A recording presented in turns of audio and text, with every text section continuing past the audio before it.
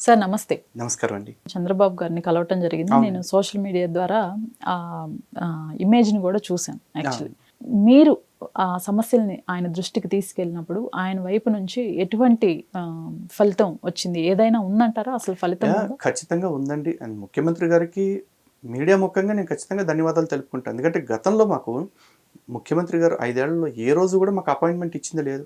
Okay. Jaganmohan Reddy గారు సీఎంగా ఉన్నప్పుడు. హ్మ్. చంద్రబాబు నాయుడు గారు వెంటనే అపాయింట్మెంట్ ఇవ్వటం కాకుండా తిరుమల సమస్యల గురించి చెప్పాలి అంటే ఏంటి అని చాలా సానుకూలంగా విన్నారు ఆయన. వినటమే కాదు, సమస్యలన్నిటి గురించి వెంటనే యాక్షన్ కూడా దిగారాయన. ఈరోజు ఓకే. శ్రీవాణి ట్రస్ట్ గురించి చెప్పినప్పుడు, దానిలో అక్రమాల గురించి చెప్పినప్పుడు దాని మీద విచారణకి ఆడిట్ కమిటీని వేశారు. ఆడిట్ కమిటీ దాని పని తను చేస్తుంది. ధర్మారెడ్డి గారిని విచారణ కూడా చేస్తున్నారు వాళ్ళు. హ్మ్.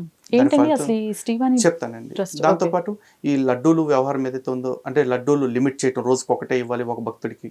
లేకపోతే లడ్డు నాణ్యత విషయంలో కంప్లైంట్స్ ఏవైతే ఉన్నాయో అవి, అన్నదానం కంప్లైంట్స్, లేకపోతే షాపుల్లో జరుగుతున్న ఈ సిగరెట్లు, గుట్కాల వ్యవహారం ఏదైతే ఉందో వాటి గురించి చెప్తే, తిరుపతి, తిరుమలలోనే కాదు, తిరుచానూరు, గోవిందరాజస్వామి క్షేత్రాల చుట్టుపక్కల ఉన్న షాపుల్లో కూడా తనిఖీ చేయండి. ఎట్టి పరిస్థితుల్లో ఇవేవి ఉండటానికి వీల్లేదు అని చెప్పేసి జేఈఓ గారికి, ఈఓ గారికి అందరికీ చెప్పడం జరిగింది. వాళ్ళు వెంటనే యాక్షన్‌లోకి దిగారు. ఆ మార్పుల కోసం ప్రయత్నం చేశారు.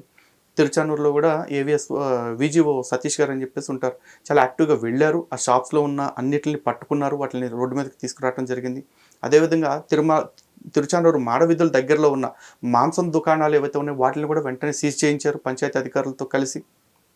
చాలా ర్యాపిడ్‌గా యాక్షన్ తీసుకున్నారు. ఓకే. అదేవిధంగా లడ్డూ నాణ్యత గురించి స్వయంగా ఈవో గారు కౌంటర్ల వద్దకు వెళ్ళి లడ్డూ నాణ్యత బాగుండాలని, దానికి ఏమేం చేయాలో చూడమని, అదేవిధంగా లడ్డూ వెయిట్ 160 నుంచి 175 గ్రాముల మధ్యలో ఖచ్చితంగా ఉండేలాగా చూసుకోమంటూ వాళ్ళకి సూచనలు కూడా ఇవ్వడం జరిగింది.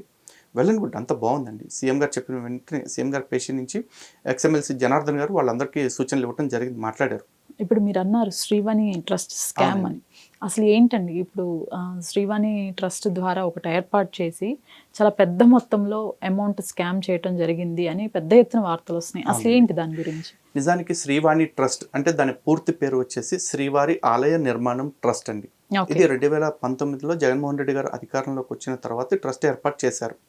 ఈ ట్రస్ట్ యొక్క ప్రధాన ఉద్దేశం ఏమిటంటే భక్తుల దగ్గర ₹10,000 డొనేషన్ తీసుకుని, అంటే ఈ డొనేషన్ వెనకాల ఉన్న మతలబ్ కూడా నేను చెప్తాను మీకు. ఓకే. డొనేషన్ తీసుకుని ఆ డబ్బులతోటి శ్రీవారి ఆలయాలు లేకపోతే హిందూ దేవాలయాల యొక్క పునర్నిర్మాణానికి, జీర్ణోద్ధరణకి మేము, లేదంటే నూతన ఆలయాల నిర్మాణానికి హ్మ్. మేము దీని ద్వారా సహకారం అందిస్తామని చెప్పేసి చెప్పడం జరిగింది.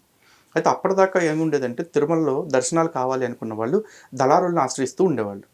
వాళ్ళు 5,000 10,000 సందర్భాన్ని బట్టి, ఆ రోజును బట్టి టికెట్లు భక్తులకి ఇస్తూ ఉండేవాళ్ళు అక్రమ మార్గాల్లో. రైట్. అయితే వీళ్ళు వచ్చిన తర్వాత శ్రీవాణి ట్రస్ట్ అనేది పెట్టి కొండపైన దళారీ వ్యవస్థ లేకుండా చేస్తాము అని చెప్పేసి అన్నారు. మాలాంటి వాళ్ళు ఏం ఆశపడ్డామంటే దళారీ వ్యవస్థ లేకుండా చేస్తామంటే బ్రోకర్స్ అన్ని అరికడతారు, బ్రోకర్స్ ఎవరిని లేకుండా చేస్తారు అనుకున్నాం. కానీ వీళ్ళు నేరుగా ఆ దళారీతనం మేమే చేస్తాము అంటే మాట అంటే మళ్ళీ బాధపడతారేమో, కానీ వాస్తవంగా అదే జరుగుతుంది. దళారులకు డబ్బులు ఎట్లా ఇస్తున్నారు కాబట్టి ఆ డబ్బులు ఏదో శ్రీవాణి ట్రస్ట్కి మీరు డొనేషన్ ఇవ్వండి అని చెప్పేసి అంటారు.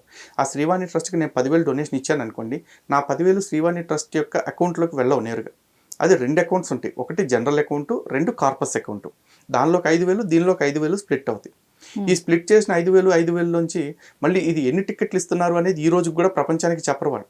అంటే రోజుకు 100 ఇస్తున్నారా, 1000 ఇస్తున్నారా, 4,000 ఇస్తున్నారా, 5,000 ఇస్తున్నారా చెప్పరు. కానీ రోజుకి టికెట్కి 10,000 చొప్పున తీసుకుని ఇస్తారు. పోనీ 10,000 కడితే నాకు టికెట్ ఇస్తారా? కాదు. 10,000 కడితే నాకు ఒక కూపన్ ఇస్తారు 500ది.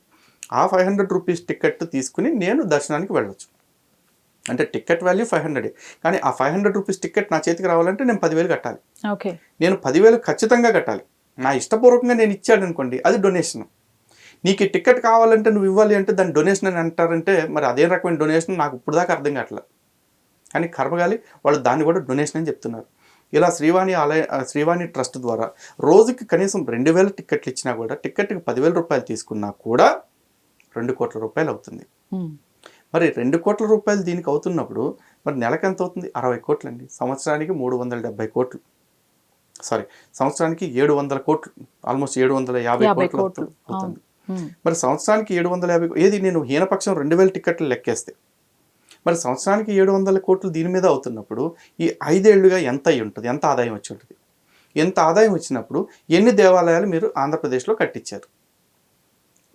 అంతెందుకు, అమరావతిలో చంద్రబాబు నాయుడు గారి హయాంలో 25 ఎకరాల స్థలాన్ని ఈ వెంకటాయపాలెంలో తిరుమల తిరుపతి దేవస్థానం వాళ్ళకి కేటాయించి కొండపైన ఏదైతే స్ట్రక్చర్ ఉందో సేమ్ నమూనా స్ట్రక్చర్ని ఇక్కడ కూడా దేవాలయం కట్టమని చెప్పేసి చెప్పారు. ఓకే. దానికి 135 కోట్ల రూపాయలు కేటాయింపులు చేపిస్తే జగన్మోహన్ రెడ్డి గారు వచ్చిన తర్వాత 135 కోట్లలో కాదు 30 కోట్లలో కట్టుకుంటే కట్టుకోండి, లేకపోతే వద్దు అని చెప్పేసి చెప్పారు. అరే ఇదేం కర్మ ఈ దేశంలో? నా దేవాలయంలో నా డబ్బులతో నేను గుడి కట్టుకుంటానంటే నువ్వు ఎంతలో కట్టుకో అంతలో కట్టుకో అని చెప్పేసి ప్రభుత్వాలు చెప్పడం ఏంటి? పోనీ ఏదో ఒక అట్లా ఇట్లా చేసి ముఖ్య మూలిగా ఆ 30 కోట్లలోనే గుడి పూర్తి చేశారు. కానీ మరి ఈ 100 కోట్ల రూపాయలు నువ్వు తగ్గించావు కదా, మరి 100 కోట్ల రూపాయలకి మారుగా వేరే చోట ఏమైనా దేవాలయాలు కట్టించారా? ఎక్కడా లేదు. గిరిజన ప్రాంతాల్లో లేకపోతే దళిత వాడల్లో దేవాలయాల నిర్మాణానికి మేము ఆర్థిక సాయం చేసామన్నారు. ఒక్కొక్క దేవాలయానికి 1000 రూపాయల లెక్కన. ఎన్ని దేవాలయాలు కట్టించారు 5 ఏళ్ళలో అంటే ఎన్ని కట్టించారని వాళ్ళు చెప్పరు. మాకున్న సమాచారం 500 నుంచి 600 దేవాలయాలు. లేదు నేను ఉదారంగా ఇంకొక 400 కలిపేసి 1000 దేవాలయాలు అని చెప్పేసి చెప్తున్నానండి. 1000 దేవాలయాలకు ఒక్కొక్క దానికి 10 లక్షల రూపాయలు ఇస్తున్నారు. మరి 10 లక్షల రూపాయల లెక్కన 1000 దేవాలయాలకు ఇస్తే ఎంత అవుతుందండి? 10 crores. సుమారు ఒక 10 కోట్లు. మరి ఈ 10 కోట్లలో మొత్తం ముగిసిపోయిందిగా. మరి మిగతా డబ్బంతా ఏమవుతుంది? ఈ సంవత్సరానికి వచ్చే 700 కోట్లతో 5 సంవత్సరాలు కట్టే డబ్బులు ఏమైపోయినాయి? మరి కొన్ని కొత్త దేవాలయాలు జీర్ణోద్ధరణ అయినాయా అంటే రామతీర్థంలో రాముల వారి విగ్రహం తల నరికేశారు. దానికి దేవాదాయ శాఖ డబ్బులే వాడారు. రొంపిచెర్లలో దేవస్థానం పాడైంది, దానికి విగ్రహాలు టీటీడీ నుంచి తెప్పించారు, దాన్ని ఇట్లాంటి వాటికి ఇచ్చారు. మరి అట్లా చేసిన ఎంత కష్టపడ్డా 100 కోట్లు దాటట్లేదు కదా. 100 కోట్లు అనేది చాలా పెద్ద అమౌంట్, ఎక్స్ట్రీమ్ మార్జిన్ వేసేసినట్టు. ఆ 100 కోట్లు దాటట్లేదు కదా. మరి సంవత్సరానికి 700 కోట్ల రూపాయలు నేను మాట్లాడుతుంది ఏంటి? అఫీషియల్గా నాకున్న అంచనా ప్రకారం 2000 టికెట్లే. వీళ్ళు 4000 కూడా అమ్మిన రోజులు ఉన్నాయని చెప్పి వింటున్నాను నేను. టీటీడీ ఆ స్టాటిస్టిక్స్ మొత్తం రిలీజ్ చేస్తే కానీ నిజాలు ఏంటనేది దేవుడికి తెలియదు. వాళ్ళు నిజాలు రిలీజ్ చేయరు. నాలాంటి వాళ్ళు వ్యక్తం చేసే అనుమానాల పట్ల వాళ్ళు స్పందించరు. పైగా ఉల్టా బెదిరింపులు, మళ్ళీ కేసులు పెడతాం నా మీద మన ఛానల్ మీద అని చెప్పేసి బెదిరింపులు చేస్తారు. మరి చెప్పండి, ఇదంతా డబ్బులు స్కామ్ అయిందని చెప్పి మా ఆవేదన. మరి ఈ స్కామ్ మీద విచారణ జరగాల వద్దా? ఈ డబ్బంతా కూడా హిందువులది కదండి, ఇష్టపడి ఇచ్చిన వాళ్ళు కాదు. స్వామి మీద ఇష్టంతో వీళ్ళు దొడ్డిదారిని అడిగిన డబ్బులకి వాళ్ళు లొంగిపోయి ఇచ్చారు అంతే. శ్రీవాణి ట్రస్ట్ది ఇప్పుడు దేవాలయాలకు ఇస్తున్నారని చెప్పాను కదా, దళితవాడల్లో కట్టే దేవాలయాలకు 10 లక్షల రూపాయల లెక్కన. ఇంతకుముందు ఈ దేవాలయాలకు ఇచ్చే డబ్బులు హిందూ ధర్మ ప్రచార పరిషత్ నుంచి ఇచ్చేవాళ్ళండి, సమరసత ద్వారా. అప్పుడు హిందూ ధర్మ ప్రచార పరిషత్కి 130 కోట్లు 135 కోట్లు బడ్జెట్ ఉండేది, వార్షిక బడ్జెట్.